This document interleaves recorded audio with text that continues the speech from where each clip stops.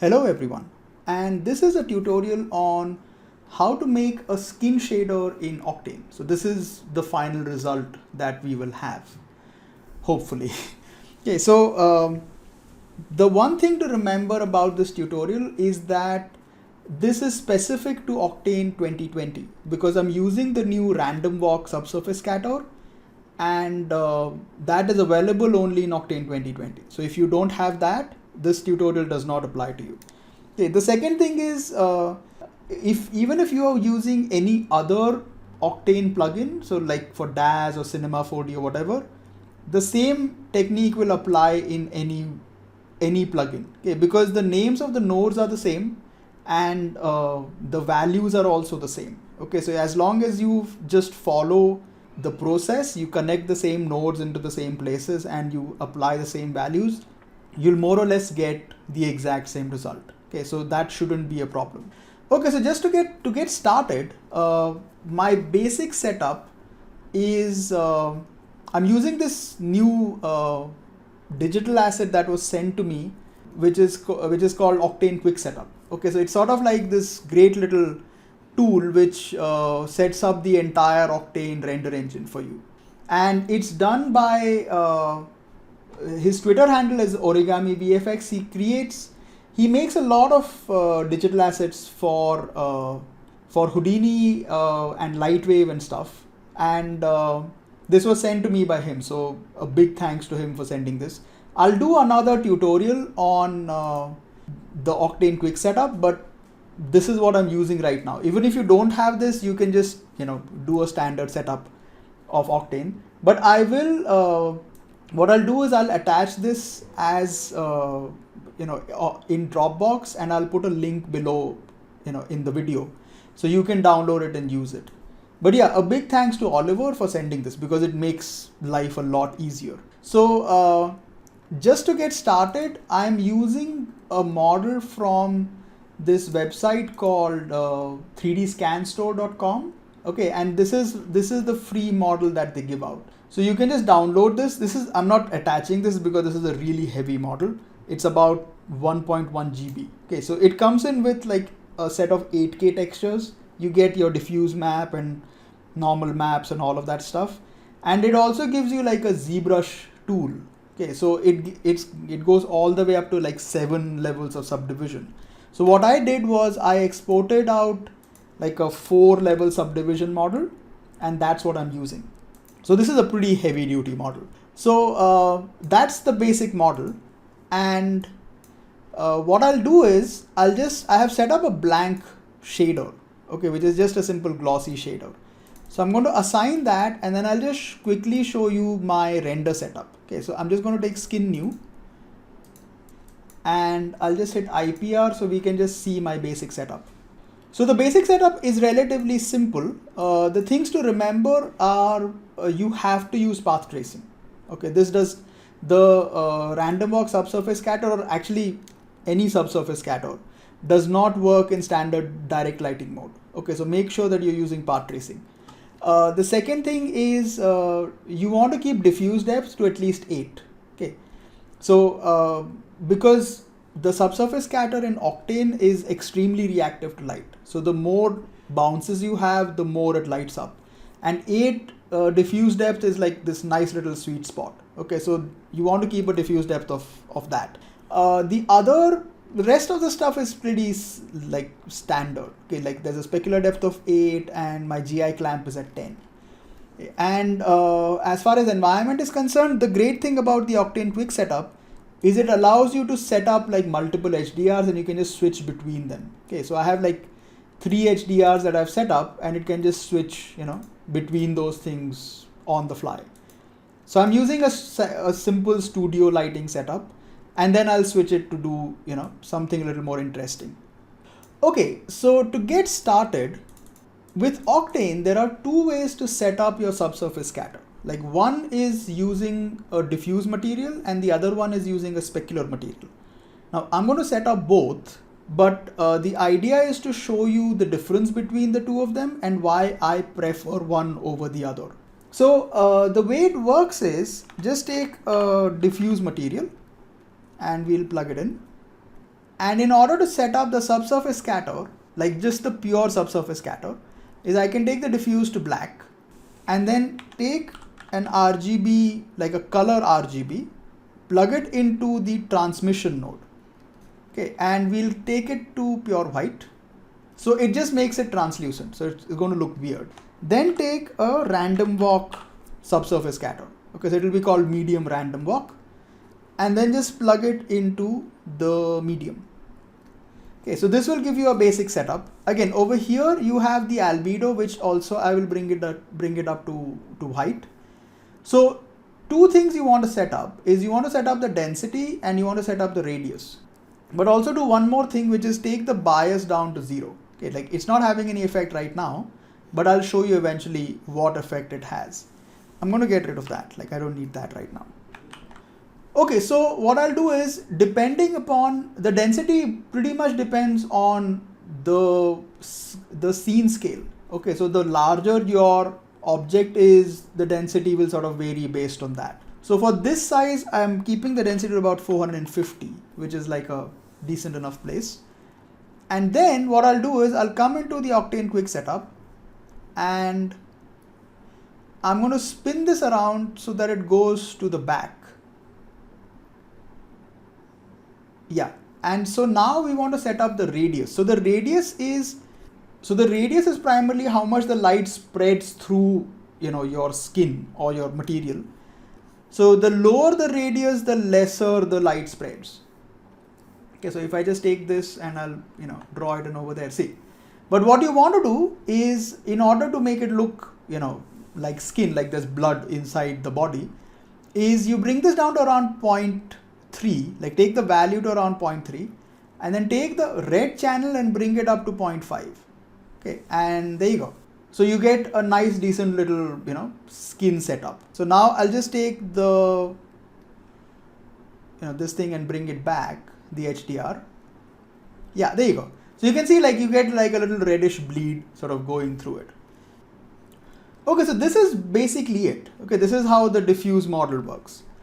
Now the other way to set up the subsurface scatter is by doing it through the specular material. So we'll pick up the specular material and I'll plug it in. Now there is one very, very important thing that you need to do if you're going to use the specular model, which is turn on fake shadows. If you don't turn on fake shadows, it will try to calculate caustics and the skin will get increasingly dark. Okay, so you'll have to have your light bounces and your GI clamp really high for the skin to light up. So just make sure that fake shadows is on. Okay, so I'm just going to take this and plug it in and you'll get it to look like glass. So what you need to do is fairly simple. For now, I'm going to take the reflection and make it 0. So we just have this. And then I'm just going to take the random walk, do Ctrl+C, Ctrl+V, we'll duplicate this and just plug it into medium. That's pretty much it. Now, when I said which one do I prefer using the specular model. And there's a very specific reason for it. Okay, the reason is that, so because skin is sort of translucent, like light is going through it, which essentially means that light also refracts through it. And which is why the index of refraction becomes pretty important, okay, when you're trying to do skin. And with the diffuse model, you don't get that. The specular model actually gives you an index of refraction and the result varies drastically as you increase or decrease the index of refraction. So just to show you the difference, we'll do a diffuse render. Okay, so I'll just do a snapshot of that. And then what we'll do with the specular is I'm going to get the index of refraction down to 1.05 and I'll just plug in the specular. And almost immediately you can start seeing a difference because the light tends to go in a lot more in the specular model in comparison to this. So that is like your first level of difference. But also you can start noticing that like the wrinkles over here, it's picking up a lot more detail, like which the diffuse model is not. Okay, now if you start increasing the index of refraction, you'll start seeing the changes. I'll do a snapshot of this and I'll get this up to 1.25. Usually I keep it around 1.45, like that's the value that you want to keep it at. And if you are using something like RenderMan, you'll notice that even in RenderMan, in the subsurface scatter, there is a value for index of refraction. So you'll notice that as the IOR value goes up, it actually tends to start getting more sort of shading and becomes a little darker.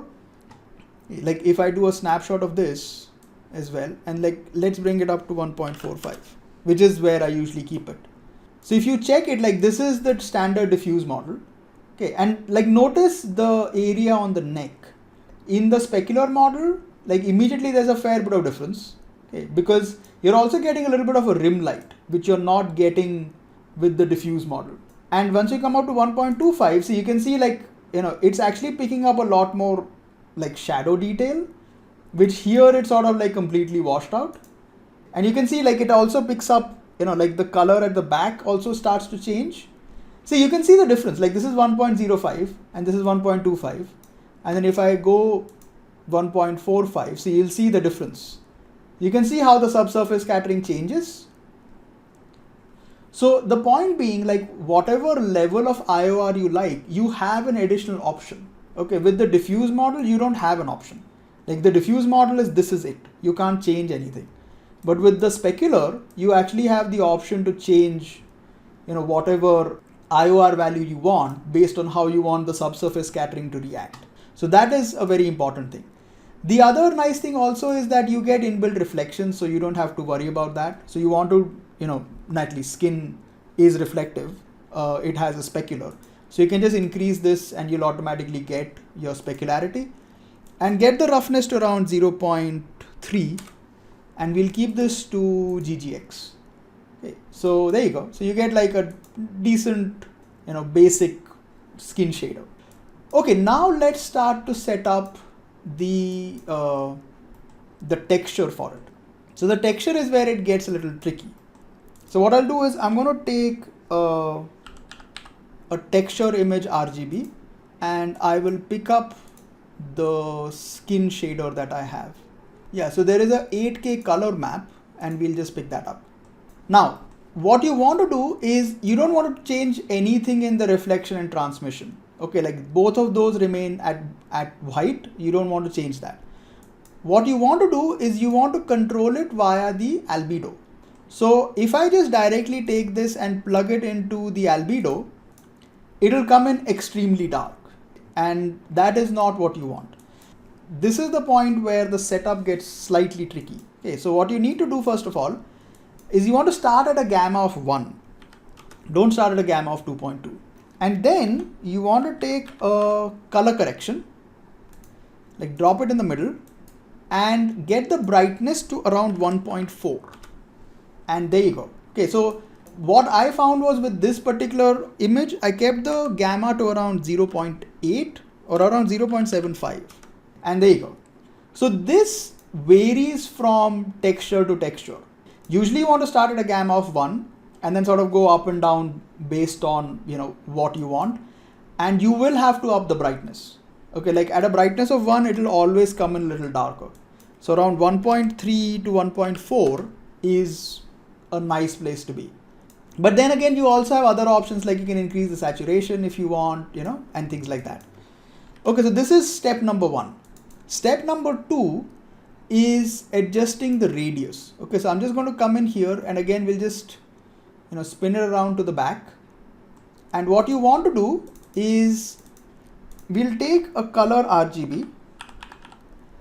I'll set this to the same value that we had set for the radius, like roughly. So this is around 0.3 and this is around 0.5. And what I'm going to do is I'm going to multiply it with my color. So I'm just going to take this and take a multiply. This is an optional thing. Like if you just want to keep it to radius, like just a standard color, even that is fine. But this makes it look slightly better. Okay, so I'll just do a snapshot just to see if we're getting a difference and then plug that into the radius. And so what happens is, like you can see, like the radius also gets a little bit more of the texture. Okay, and it automatically starts picking up a little more detail. So you'll get like a bit more variation into the radius as well, which you were not getting before. So this is pretty much it. Like this is my absolute basic sort of skin setup. Okay, and then the rest is just setting up your specular and roughness. And I'll pick up a texture image grayscale. Now if you're ever wondering why you have like a grayscale and an RGB, is primarily for memory. Okay, like if you decide to pick up everything through an RGB image, it'll eat up more memory. So if you have grayscale textures like your roughness, specular, blah blah blah, that stuff, you should always pick it up through a grayscale. And what I'll do is I'll just come in here and we will pick up the specular map. And what I'm going to do is I'm going to again take a color correction. So the specular map just goes into reflection, and then we will invert it and plug it into the roughness. So I'm just going to take this, plug it in here. I'll get the gamma down to around 1.5 and we will plug it into reflection. And what you can do is, if you want this to be like a little more shiny, because right now it's just completely blurred out, but if you want the skin to be slightly shiny, you can try adjusting the gamma. Okay, so you can sort of like lower the gamma, see, so that makes it a little bit more shiny. And then I'll take another color correction. Okay, so first let's take an invert. So I'm going to take an invert and we'll invert this. And then for additional control, we will pick up a color correction and plug this in, and this goes into the roughness. And then again, like if you don't want it to be this rough, you can lower the brightness. See, so there you go. So you get like, relatively, shiny skin. And then finally, we just want a bump map. So they have provided a nice normal map that you can use. So the normal map will be again like a texture image RGB, and just click there and pick up the normal map subdivision. So just take that and then just plug this into normal. Yeah, so you'll get like, if I remove I'll temporarily just remove the texture from here, from the subsurface scatter. So we can see the difference with and without the normal map. Yeah, so there is a fair bit of difference. Like you can see it on the nose and on the lips, like over here, and like there isn't really a lot. So yeah, so let's just plug these back in. So this comes into albedo and this goes into radius. And yeah, there you go. So that's the basic skin shader that we have. And again, like if I try to lower this down to 1.05, see, it becomes a lot more diffuse. And let's say just for fun, I'll bring it up to 2. You can see like how much of contrast it comes in. Plus the interesting thing is, because the index of refraction is directly connected to the specular value, it automatically, like your skin becomes much more oilier as well. Okay, so you kind of get, both those benefits in the same thing. But yeah, you don't want to go to 2. Like there isn't skin that is supposed to have that high an IOR value. But the point is, like, you have an additional option to do it. So I'll keep it to 1.45. Now, as a final thing, and this isn't something that I do, but if you want to do like a secondary layer of specularity, like if you say, okay, like this needs to be relatively rough, but I want to have a secondary layer of specular on top, which should be a little more shiny. So what you can do is, I can take a layer. Okay, so I can take a secondary specular layer and plug it into my existing material. Okay, so just type in specular and you'll get something called specular layer. So this again is new to, I believe, 2019, but Octane can now layer up shaders. So what you can do is you can just plug this into layer and it'll add in like an additional specular layer on top. And what I can do is we'll increase the roughness a little bit, and I'll plug in the same normal map over here. So we get the same. Okay, so you can sort of like lower the IOR a little bit, define like how much you want, maybe give it a little bit more sort of roughness. But yeah, so if you want to have like 2 layers of specularity, you can actually do that. But yeah, usually I don't, but then depending upon how realistic you want your skin to be, this is, basically how you go about doing that. If you want, you can bring in the same roughness map over here. Like I can just take, this thing, I can do like a Control C, Control V. Yeah, I'll bring this down, and this comes into the roughness over here. But lower the brightness down to around 0.2. So you'll get, it'll be less rough, like you'll get a little more. So now what you have is you have two layers of specularity on your basic skin. And if I take this and kind of spin it around, see what we get.